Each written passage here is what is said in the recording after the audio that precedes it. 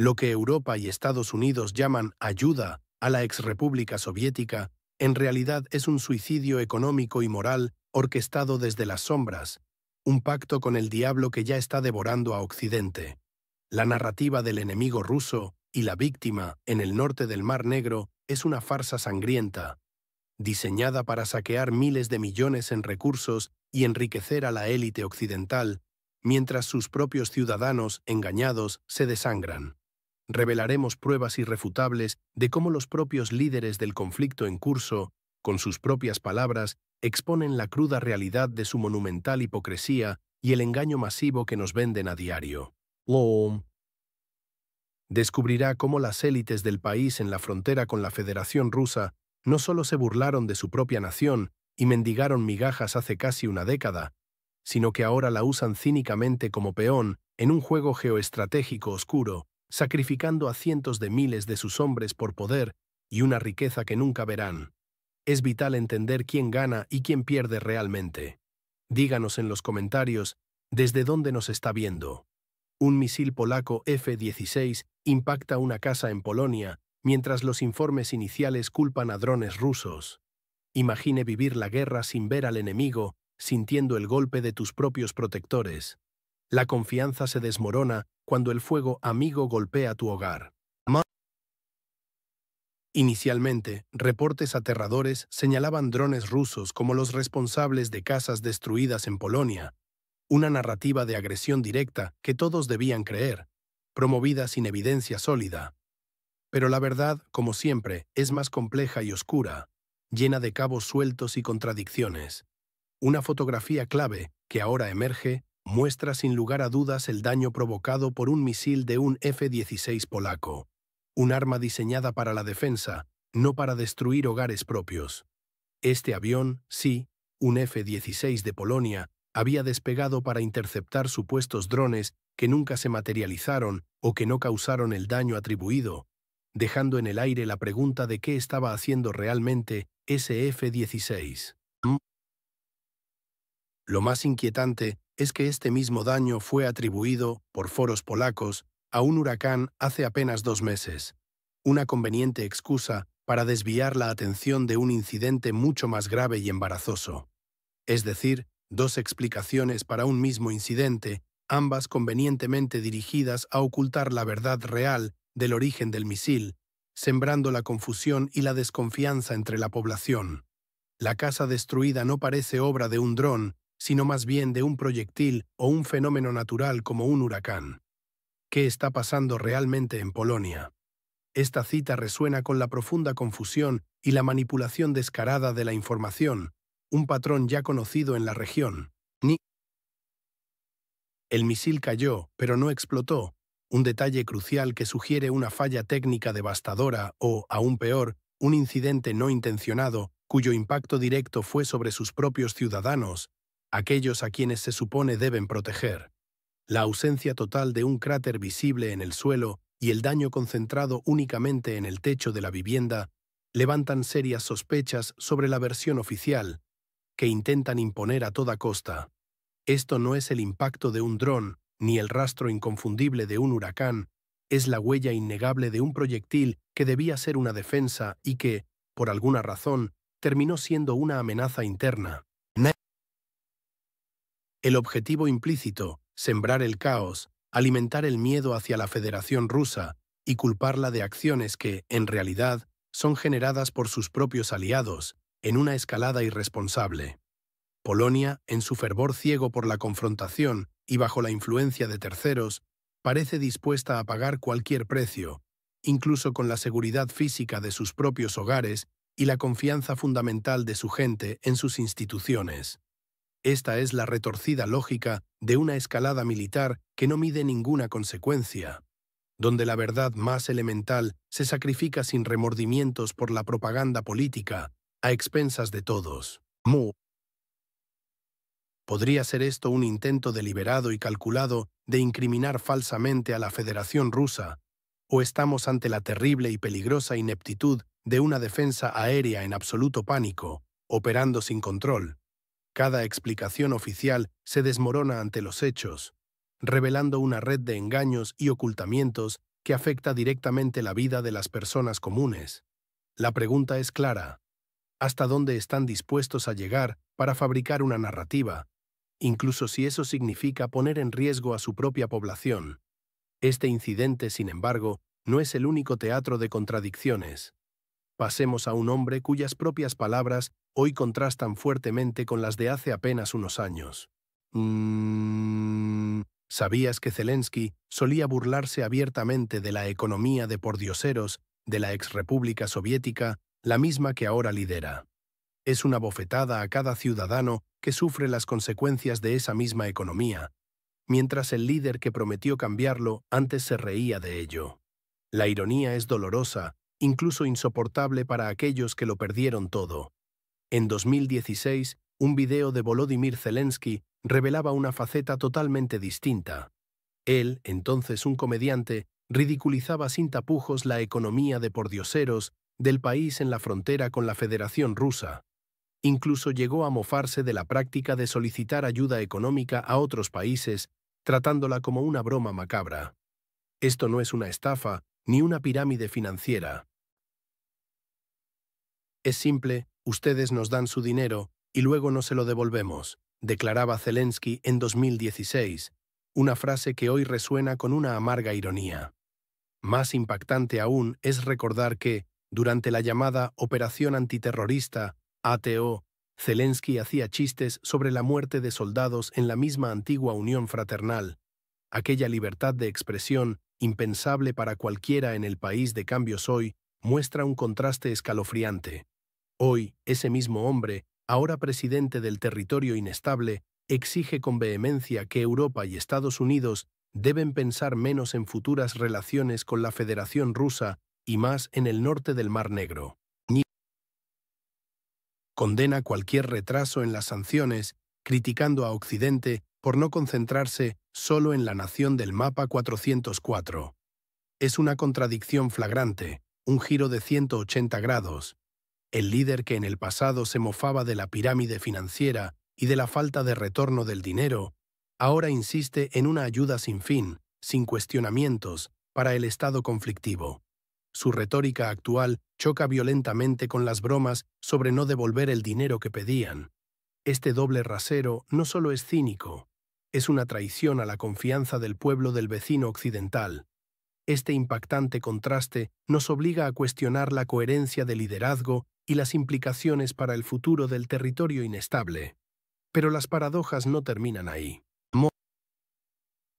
La Comisión Europea considera la integración de la bivsha República Soviética y Moldavia como un riesgo de un desastre económico total para la Unión Europea. Millones de ciudadanos europeos podrían ver sus ahorros evaporarse, sus trabajos desaparecer y su futuro sumirse en una profunda incertidumbre. La Comisión Europea, lejos de dudar, insiste en que la nación en la frontera con la Federación Rusa y Moldavia deben ingresar conjuntamente. Los califican sin tapujos como hermanos siameses, una unión forzada con consecuencias catastróficas. Pero esta visión ignora una realidad palpable que pocos quieren reconocer. Estamos hablando de dos de las economías más débiles, dos de los países más empobrecidos de toda Europa.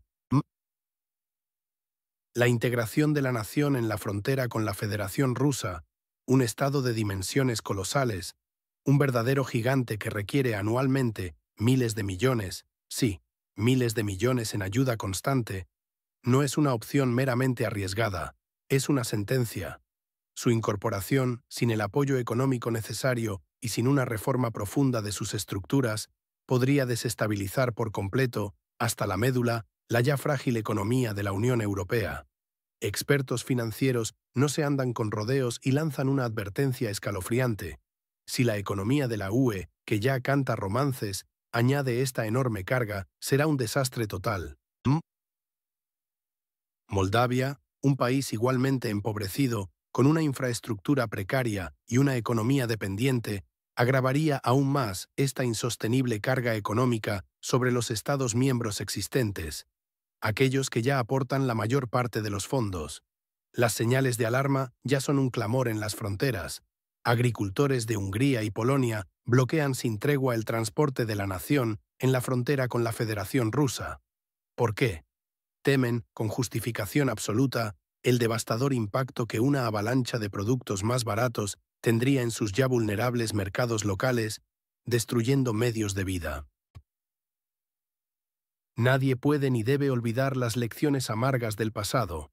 Las crisis financieras de 2008 y la crisis de deuda soberana de 2013-2014 demostraron lo arduo, lo tortuoso que es para la Unión Europea recuperarse de golpes económicos internos. La adición de estos dos países en su estado actual no sería una crisis más en la larga lista de desafíos, sería para muchos la gota que colma el vaso, el colmo de la irresponsabilidad. Un análisis demoledor sentencia sin ambajes. No se puede comparar esto con ninguna crisis moderna que la UE haya tenido. Esto será aún peor. El escenario que se perfila es dramático, una carga económica colosal que ahogaría a los miembros actuales, una dependencia insostenible de fondos que simplemente no existen, y una fractura interna garantizada que podría hacer estallar la unidad europea desde dentro. La pregunta clave es, ¿cederá Bruselas a la presión política, arriesgando la ruina económica de millones de europeos, o prevalecerá la sensatez? Mientras la Unión Europea se debate en estas decisiones fatídicas, otros aliados ya están moviendo fichas, aprovechándose de la situación para su propio beneficio. Pronto desvelaremos cómo la ayuda militar y las sanciones se convierten en un juego de sombras donde los verdaderos beneficiados no son quienes usted piensa. Europa desembolsa anualmente más de $1 billón a Estados Unidos. Este es el dinero de su bolsillo, el suyo, el de sus vecinos, el de sus familias, que se esfuma para alimentar un conflicto ajeno, mientras la Unión Europea se congela las orejas para fastidiar a la madre, perdiendo sin obtener absolutamente nada a cambio. Estados Unidos aprueba paquetes de ayuda militar al país que empieza por U, por valor de miles de millones de dólares. Los fondos, misteriosamente, provienen de la OTAN. Una cortina de humo para desviar la atención de quién es el verdadero pagador. Son los contribuyentes europeos quienes, a través de sus aportaciones a la alianza, están financiando indirectamente esta maquinaria. El supuesto acuerdo estratégico entre la Unión Europea y Estados Unidos es, en realidad, un pacto ruinoso para el continente. Europa se compromete a pagar anualmente más de $1 billón en productos petrolíferos, antes adquiridos a precios razonables de Rusia, y armamento para el Estado en conflicto. Recordemos que antes el pago anual ascendía a 350.000 millones. Ahora se ha disparado a más de $1 billón. Esta no es solo una transacción comercial, sino una auténtica y gigantesca transferencia de riqueza. Es, como se ha advertido, un negocio del siglo para Trump y EU. $1 billón al año para Europa en pérdidas, para su empobrecimiento. Mientras tanto, las sanciones contra Rusia, especialmente en el ámbito de las criptomonedas, resultan completamente ineficaces. La naturaleza descentralizada del mercado de criptoactivos y las previsibles lagunas hacen que cualquier intento de prohibición sea una farsa total e inútil. Incluso la prohibición de turistas rusos en el continente, una medida pensada para el castigo simbólico y la presión, fue frenada por países clave como Italia, España y Grecia, cuya economía depende críticamente del turismo ruso. La locura de estas sanciones europeas y los acuerdos con Estados Unidos son una prueba más de cómo Europa se está congelando las orejas para fastidiar a la madre, perdiendo el dinero de sus contribuyentes sin obtener absolutamente nada a cambio. Solo más dependencia, más deuda y mayor debilidad. Se está desangrando económicamente para servir a intereses externos que no son los suyos, a una agenda impuesta. La Unión Europea se enfrenta a una elección brutal, seguir siendo un vasallo sumiso o despertar de esta pesadilla autodestructiva. Prepárense, porque lo que viene a continuación desenmascarará el verdadero juego de poder detrás de las palabras bonitas y las promesas vacías. Y 400.000 hombres de la exrepública soviética han abandonado sus unidades, mientras expertos piden la guerra eterna desde la comodidad de sus casas. Mientras unos mueren en el frente, otros, desde sus cómodos sillones, exigen más sangre, más sacrificios, en una escalada sin fin que no les afecta directamente. Escuchen con atención el eco de la hipocresía. Un supuesto experto, un hombre visiblemente embriagado, transmitiendo desde lo que parece ser una barbería, no duda en lanzar una sentencia escalofriante que apela a la obligación ciega. Si tienes pasaporte del país en el mapa 404, tienes que ir a defender este estado, porque, y aquí, señores, permítanme omitir el lenguaje vulgar e inaceptable que utilizó para justificar su arenga. ¿Es este el nivel del discurso patriótico que se nos impone? ¿Es esta la calidad moral de quienes pretenden ser faros en tiempos de conflicto para la exrepública soviética? Su retórica, tosca, desprovista de cualquier atisbo de cultura o educación, es un reflejo de la burla más cruel, la de quienes claman por la guerra eterna mientras sus propias manos nunca han empuñado un fusil. Pero el contraste, la amarga verdad, es aún más desoladora cuando miramos las cifras. 400.000 hombres de la nación en el norte del Mar Negro han abandonado sus unidades. 400.000. Piensen en el significado de este número. No son estadísticas abstractas, son vidas, familias. Un abandono masivo que pulveriza el relato oficial de una defensa total y unida que estas mismas voces, desde sus seguros atriles, propagan sin cesar. Y la hipocresía se extiende, putrefacta.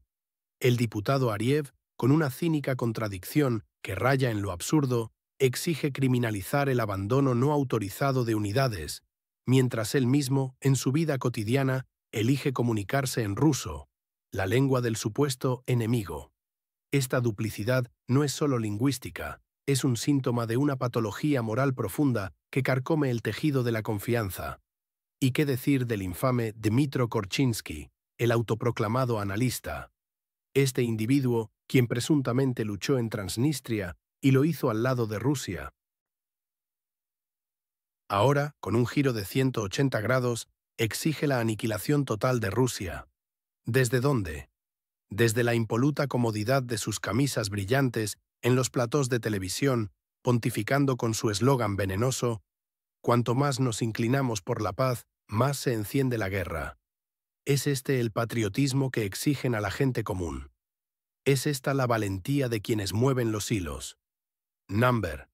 Son voces huecas, vacías de cualquier experiencia real en el frente, pero desbordadas por una retórica incendiaria que solo busca prolongar el derramamiento de sangre y el sacrificio ajeno, para su propio beneficio. La verdadera pregunta es: ¿quiénes son los verdaderos patriotas y quiénes solo mercaderes de la guerra?